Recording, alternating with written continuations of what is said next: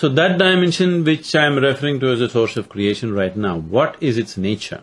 Which is what I believe scientists are trying to figure out in some way. So, if I have to describe it in some articulation, we can only say it's nothingness.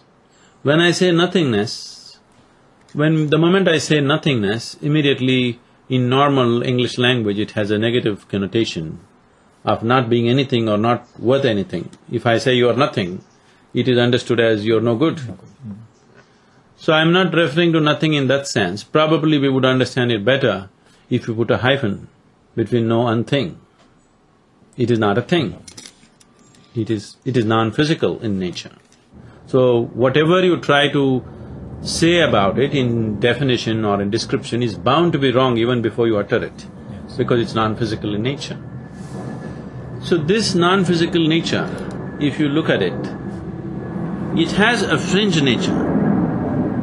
It has a core nature which is absolutely non-physical, and it has a fringe nature which is dark, and it's a transition from non-physical to physical. I don't know, we should ask an ophthalmologist why it is so, but when I really look at the sun or even the moon, particularly when I see the moon, people always… the sun is very much true, but it could be because you are getting blinded by the sun, which I don't, because I used to just stare at the sun for hours at one time. I always see a black halo around the sun, not a white halo. The same with the moon. I think I've asked so many people, they all see white halo. But I always see a black halo around the sun because I see the same thing within myself. Probably people will think I'm the devil if I say this. The very core of what this is, around that there's always a black halo. And this halo gradually is transiting from non-physical nature to physical nature, which is dark in nature. So, we traditionally, in yogic terminology, we say, Shiva, when he sits still, he is nothing. The word Shiva means, Shiva means that which is not. That is, he is not.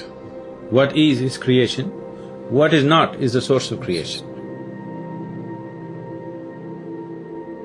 So when you look at this aspect, the very core aspect is a non-existence.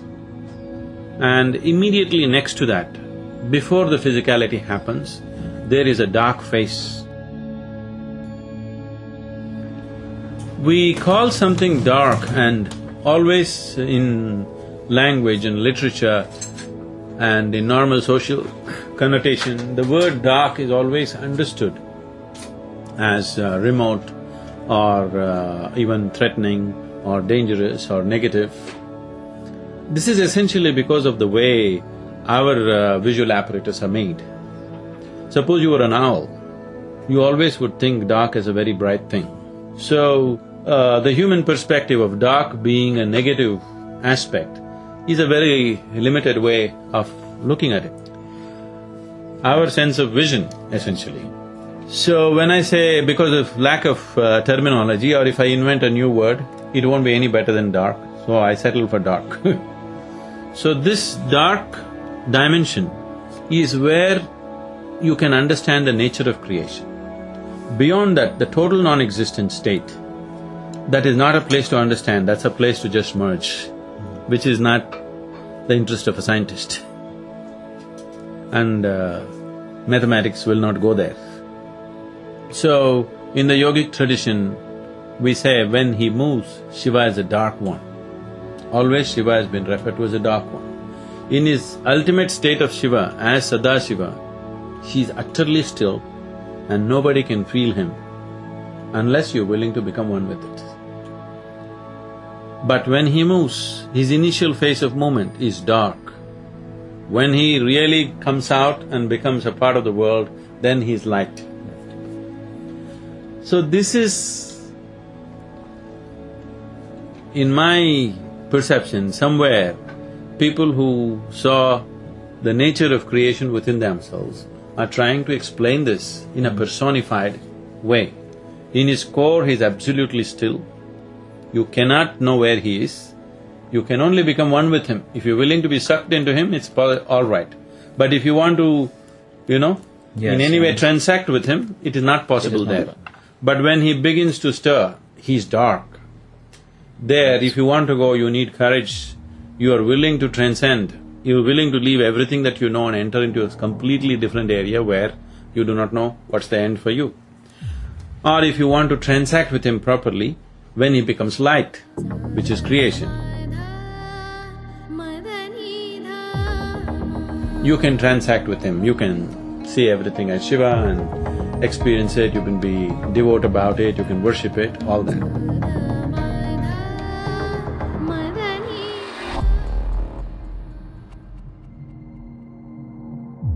But when you go to the dark phase or beyond that, there is no worship, there is no nothing, it is just dissolution.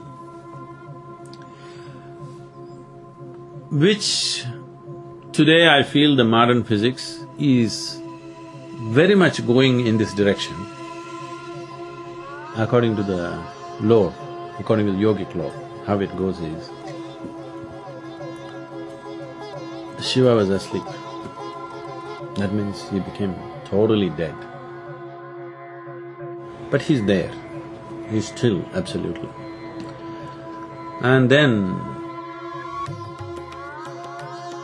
Parvati or Shakti came and moved around him 3 times.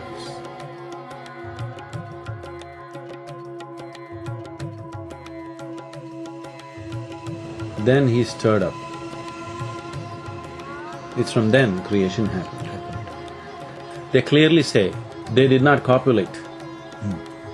She just went around him 3 times and the basic force of creation began to happen, which was not physical, which was a transition. So this dark face around Shiva began to expand. And then Parvati said, "Is this your creation? Look at this, what you created, just one dark wave of nothing. Is this what you're capable of?" Then he woke up. And then they copulated. Out of their copulation, the whole creation happened. It could be a metaphor for… It is a metaphor. Scientific understanding of forces and particles. We have experiments where, in absolute vacuum state, if you apply electromagnetic force, suddenly virtual protons and virtual neutrons particles happen. come, yes, yes. It doesn't even have to touch. Yes. Just around that, if you apply Yes. electromagnetic force, Yes. virtual protons and virtual neutrons happen. Yes. So he said, what you're saying is very similar. She just goes around Yes. and creation begins. The spontaneous creation Yeah. of particles happens and they come in pairs. They're always created in pairs. That's what which is interesting. they happen in pairs and then they copulate. Yes. They touched each other. And that annihilates to create energy. Those particles, when they annihilate each other, the way the energy forces work is that the electromagnetic forces around create from nothingness a pair of particles. And the pair of particles, when they join, they copulate, actually spontaneously results in the creation of energy. This is a very well accepted scientific principle and verified in experiment.